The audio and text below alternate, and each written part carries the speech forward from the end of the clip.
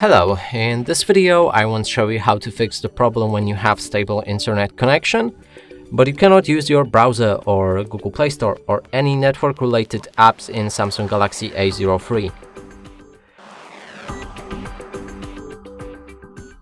And to do this, first let's see the problem. So here we have a Google Play Store, and if we try to install any game, okay, let's go for another one, in this case this. If we try to install it, it's stuck in a pending mode. Now we can cancel it for now. As you just saw, it never changes from a pending mode and won't begin the download.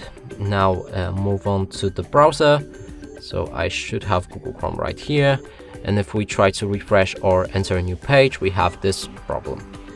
And to fix both of them, we'll need to go to our settings. Then on the bottom, you can find General Management, enter date and time. Right here, set automatic date and time. If you go back to the Google Play Store and try to install the same app, it should actually begin the download.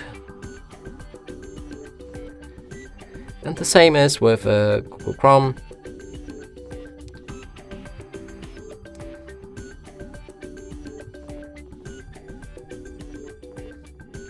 Now the pages work properly.